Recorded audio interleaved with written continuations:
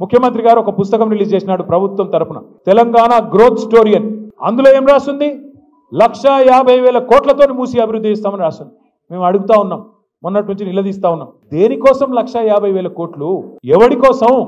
1,100 కోట్లతో తెచ్చేస్తే మూసి పునరుజ్జీవం అయిపోద్ది కదా అంటే వాళ్ళు చెప్పే కారణాలు ఎంత వింతగా ఉన్నాయో ఒక్క నిమిషం మీకు చెప్తాను. వాళ్ళు ఏమంటారు?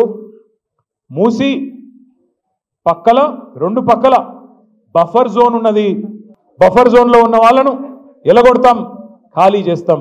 నేను ఇవాళ ఇక్కడికి వచ్చిన మా ఆడబిడ్డలను అన్నదమ్ముల్ని ఒక్కటే మాట ఆలోచించమని కోరుతున్నా.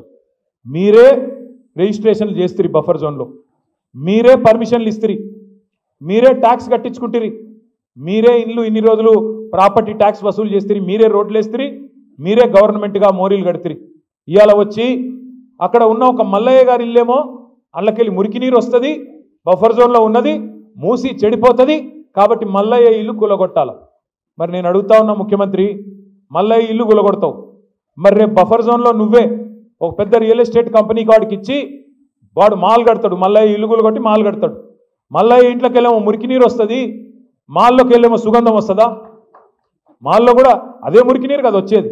ఇంకా మల్లయ్య ఇంట్లోకి వెళ్ళి వచ్చిన దానికంటే 1000 రెట్లు ఎక్కువ వస్తుంది. కానీ అది బాగంటే ఇది బాగా కాదంట. నేను అందుకే అడుగుతా ఉన్నా, ముఖ్యమంత్రి సమాధానం చెప్పు. బఫర్లో మల్లయ్య ఇల్లు ఉండకూడదు ఎట్లా, మాల్ ఉంటది ఎట్లా? సమాధానం చెప్పు. ఎవడి కోసం 1,50,000 కోట్లు పెడతానంటున్నావు? దేనికోసం పెడతానంటున్నావు? మాకు అర్థమవుతున్నది.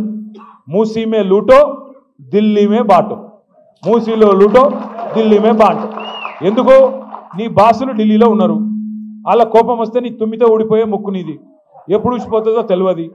రాహుల్ గాంధీకి మూటలు పంపకపోతే ఆయన ఊకోడు, మళ్ళీ పైన ఇంకా ప్రియాంక గాంధీ గారు ఉన్నారు, ఇంకా చాలా మంది పెద్దలు ఉన్నారు, వాళ్ళకు మూటలు పంపాల్సిందే.